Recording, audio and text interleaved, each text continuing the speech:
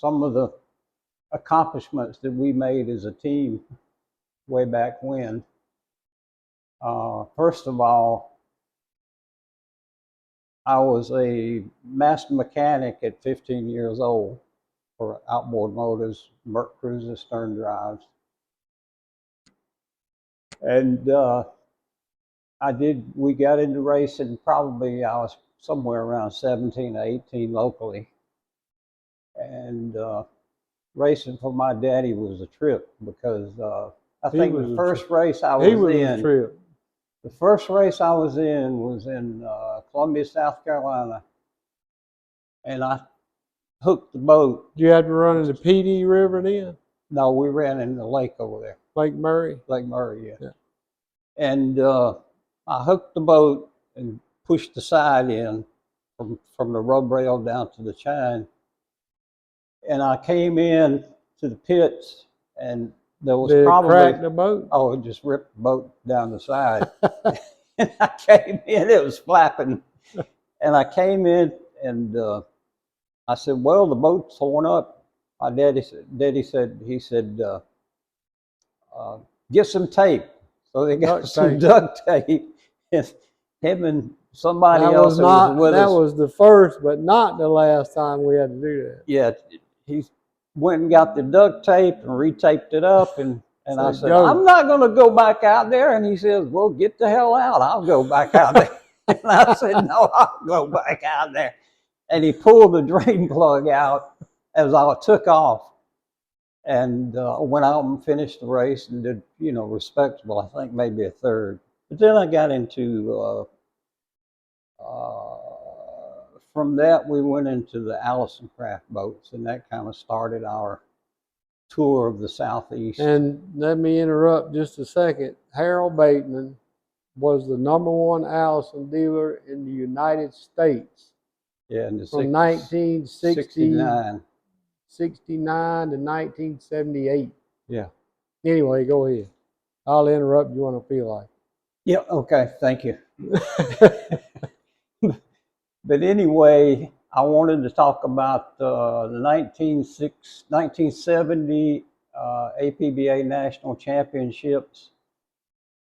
We had a sweep in with the 14 Allison Craft and an 80 Mercury. And you can tell from that picture, if you just look at the surrounding boats, if I was a betting man standing in the crowd, I'd bet my money on that boat versus looking at these guys. Yep. And he gapped everybody on that race. But go ahead, Don. It was kind of funny because Alan Stinson was running OMC engines, and he told. Was he in that class? No, but he told Jack Leake, I had a FJ boat, and he told the guy that was head of APBA OMC racing, he said, "You guys can leave your FJ boats on the trailers because Bateman's going to win it." Yeah. And we did. But anyway, that's what else would I going to hit on here? You can introduce this is actually 1971 APBA or NOA championships. That's the plaque that I got. No, that was APBA. That was APBA? Yeah. Oh, okay. APBA championships. Which APBA did not like Bateman Marine at all. No. Because we only went to their big races and Right. took their money, and we didn't go to little ones. As a matter of fact, I think that was the year that after this race, well, no, maybe I'm on the wrong track. Anyway, in this particular one, I got the governor's trophy. Here's Governor Wallace, Yep. Governor of Alabama. That's Donald when he was a lot younger. And a lot lighter. This is 1971, and that's Miss Alabama. Yep. And I was at that race. I was still in high school, and I towed this boat to the race. Me and my buddy Tony Hicks from high school, and Donald pulled a 15 that we had never raced before. We rigged it, blueprinted the bottom, rigged it, and Harold worked the prop for it. Donald went down there with that, and me and Tony Hicks came down there the next day. We brought this one, and we sat on the tailgate. And everybody would come over and they hadn't seen him with a 15 yet. Said, when are y'all going to test that boat? I said, we're not. No, we just sat there. Yeah, we just sat there. We just sat there and got some sun, I guess is the best way to put it. Yeah. But let's see if these are the championship plaques for the NOA. And we had not tested that 15 in Augusta, had we? No, we didn't just put it together and left. Exactly. Yeah. Yeah, that was kind of like the Virgin outing for that boat. Yeah. And it won. I won decisively. Yeah, decisively. But I guess the best way to put it is we all of us had a formula for how we set up boats. It wasn't happenstance. We actually, there's a lot of thought to put in how we cured the boats, post-cured them when we got them. Yeah, we wouldn't even rig a race boat till it sat outside in the sun upside down for 6 or 7 months. Yeah, at least. I mean, it was like hands fruit, off. And that thing ain't ripe, just leave it alone. Right. We'll do it later. But we always had a boat to run and one waiting in the wings. But go ahead. I can remember, it just ran across my mind. I remember going and getting that boat. Out of the yard. We were talking about. No, I actually went up and got it from Paul. From Paul, yeah. And I remember that the invoice on that boat was $905. That was back then, retail was I think $100 a foot. Yeah, yep. It was a lot less expensive, to say the least. Yeah. But anyway, my first race boat, the whole rig, prop and all, cost less than what you guys are paying for a propeller now. Yeah. Go ahead. I don't want to interrupt you too much. No, that's good. And this right here is when I actually worked with Alan Stinson at OMC Fishing Boat Group. OMC had come to us, and before the boat show in Chicago, they wanted to get the Bass Boat World Records. And we rigged, I built 4 boats, and then we actually had about a month and a half to test them and all. Get the setup right. We got them all set up right. And we went to up in Wisconsin. Cold water. Wisconsin. Cold air. And it was like kilo 30. Run. I think that one of the engineers told me when I ran my heats, it was like 22 degrees below zero, with the wind factor running like 90 to 100 miles an hour. Yeah. Yeah. But there was actually, we sat there for a day and did nothing because the wind was so hard we couldn't. I went out and tested one time and like it blew over backwards. We came in and went back to the hotel and rested that day, and we came back the next day and got all 4 of the records. Yep. Alan got the ones that were with the Stratus boat, and I got the one that was 175 with the. Was it a Fast Strike? What? Yeah, I think it was. I remember we were. I was in Fort Worth, Texas. I wasn't involved. Yeah, we were talking with the engineers and about the fuel, and they told me that all we needed was regular gas, which blew my mind, but it's what they said. But that was a very, very, very cold ride. both ways. Yeah, because you had to back. You couldn't just make a run and set the record. You had to back up that run Right. for APBA or UIM to recognize it. Yeah, you have to have back-to-back runs. You have 4 runs at a time, then you have to take a break of an hour. So we do, like it could be the first and the second, or the second and the third, or the third First and the to fourth. Yeah. But it needed to connect. Pretty much any other ones we want to talk about. But I mean, just look at how many world championship plaques are on this wall. And there's 1,000 stories behind every one of them. I mean, we could sit here for a week. Yep. And we still couldn't cover it. I want to loop back a little bit, thinking about my dad, because he raced everything. I think, Wally, you actually talked about he raced motorcycles. He raced anything anybody let him race. He didn't care what it was. And I think it probably had a lot to do with the fact that I had 4 sisters. Yeah. he was the only male in the family. Yeah, I was the only male other than my dad.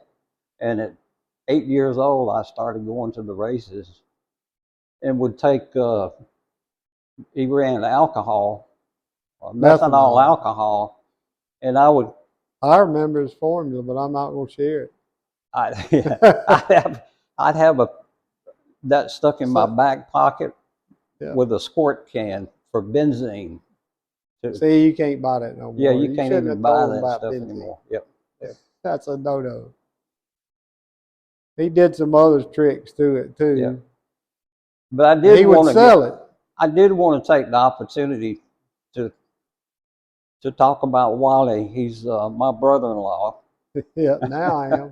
I wasn't back then. No, now he is. Pit grunt. But he was. Go get it. I know that he was a lot of help to me, because when we went to the races, we could hardly get anybody to go because it was a tough business. Yeah, it was a lot of work. But we had a lot of fun. Wally was the life of the party. Yep, I still am. Yeah, just a different kind of party. Right. Yeah, that old Wally's gone.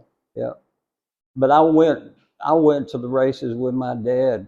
Hydroplanes. He raced hydroplanes in the early 50s till 1956, and we went all over the Southeast going to races and being able to do, what he did. And he used a lot of that stuff to get us started.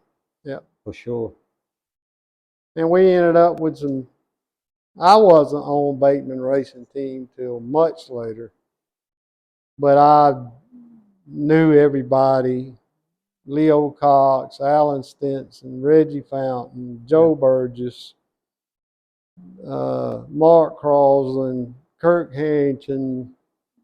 I can't even remember all of them's names now. And we, for the most part, Mike Gavalis and Gene Hornsby and Tony Mohair and Tommy Dudley. Tommy Dudley, the way Tommy Dudley learned how to win a race is he would wait till Harold raced the whole season, and then Tommy Dudley would buy his boat and Harold get a new boat. And Harold would come in first and Tommy come in second. Yeah. That's what they did. That's exactly right. And as a matter of fact, I've seen Tommy came in my shop about 2 years ago, and I ain't seen him since. I don't think I've seen Tommy Dudley since 1979. No, it was 1979. I went to the APBA Nationals helping Rusty Campbell. He had a 13-foot Critchfield. I did the bottom on his boat. Donald's daddy did his propeller for him, and we had everybody covered. And Tommy Dudley was in the pits trying to rig this Kitson Diablo, which Harold drove one of them one time in St. Louis. Yeah. But it really wasn't that competitive a boat. But that's the last time I saw Tommy Dudley, and he walked into my shop, I guess 2 years ago, would have been 2021. And he said, "Wally, you remember me?" And I said, "Yeah, I remember you." He said, "Well, I've been playing with these motorcycles all these years." He said, "I want a fast boat again." He said, "How fast do you want to go?" He said, "I want to go fast." I said, "Okay." And then you need to get you an STV and get Michael Clements to build you a motor for it.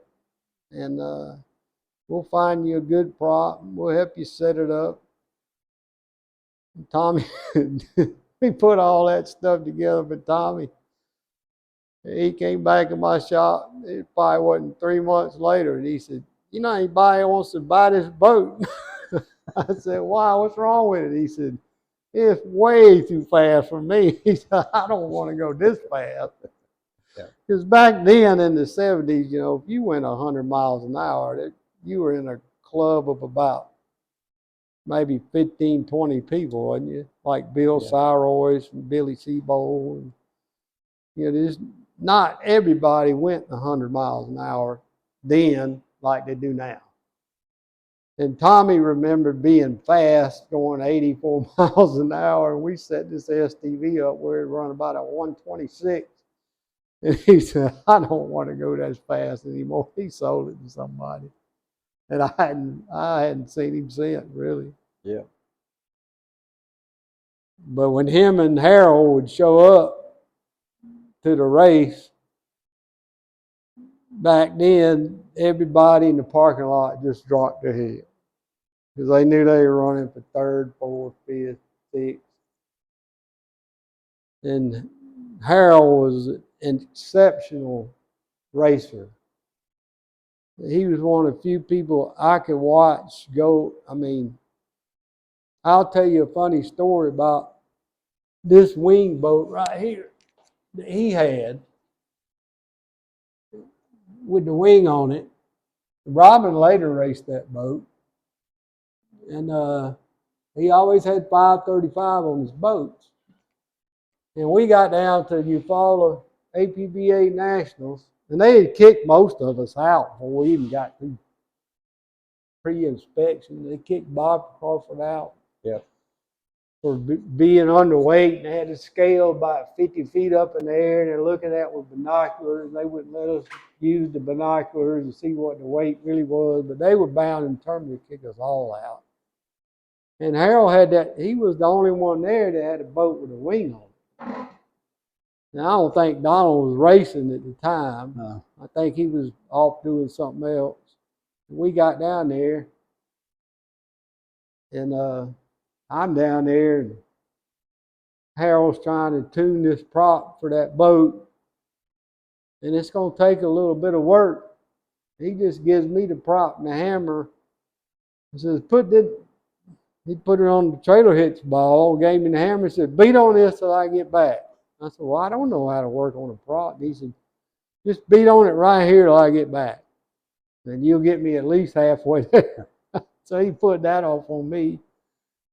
And then he went to the driver's meeting, and he came back. And he had this real concerned look on his face. And I said, "Mr. Harold, what's bugging you?" He said, "Stopwatch wise, you got everybody covered." He said, "Well, they won't make a rule. They won't tell me if that wing is legal or not."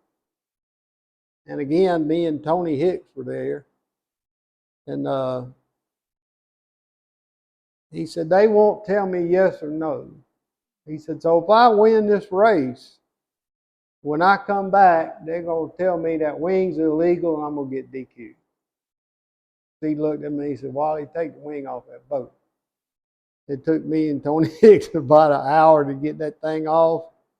And he went out there and outrun all of them anyway. So that's the boat he set a record with in the Miami Marine Stadium. Yeah.